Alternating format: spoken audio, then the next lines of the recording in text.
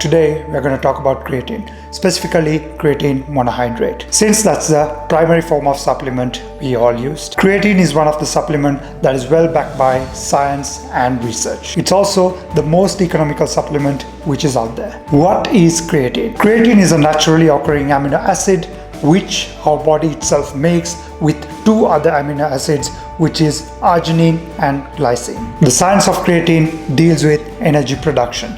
The more creatine in your body, the more energy that you can replenish. Also, creatine is naturally found in our body and we get it through various protein sources. We can still increase our muscle creatine content by supplementing with creatine. Creatine has also shown to improve lean body mass, fatigue, endurance and strength. Let's look at what is ATP. When we lift weights, we use ATP, which is the main source of energy for our muscles. Creatine improves strength gains by faster regeneration of ATP and allows us to perform that extra rep or two when we are lifting weights. Studies have shown that strength gains could go above 10% when supplementing with creatine. But this also depends on the individual, their lifestyle, their diet and their training pattern. How much creatine? There are two phases and you may use one of them.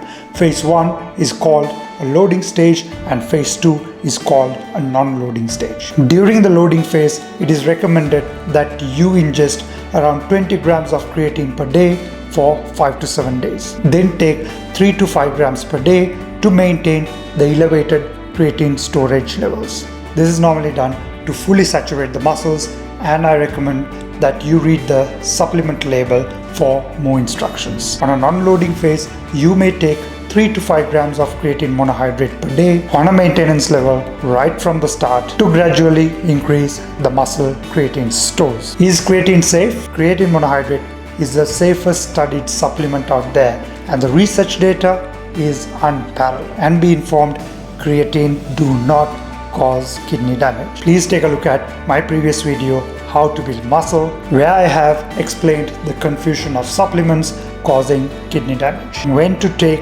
creatine? I usually take it with a pre-workout or a post-workout meal. Recent studies have shown the muscle creatine levels are elevated and creatine absorption is doubled when taken with a carbohydrate and a protein source combined compared to taking it alone. So you can just throw it in your protein shake or something. But as long as you're taking the daily recommended dose, I don't think you need to worry too much about this. Conclusion. Creatine is mainly found in food sources such as meat and fish. So if you are a vegetarian, I recommend that you must supplement with creatine and get all the benefits out of it. Creatine not only helps you with muscle building and endurance, it also assists you with brain function and activities of daily living. So everybody must supplement with creatine unless they have been asked by their medical advisor not to do so. Even though creatine is not harmful to take on a daily basis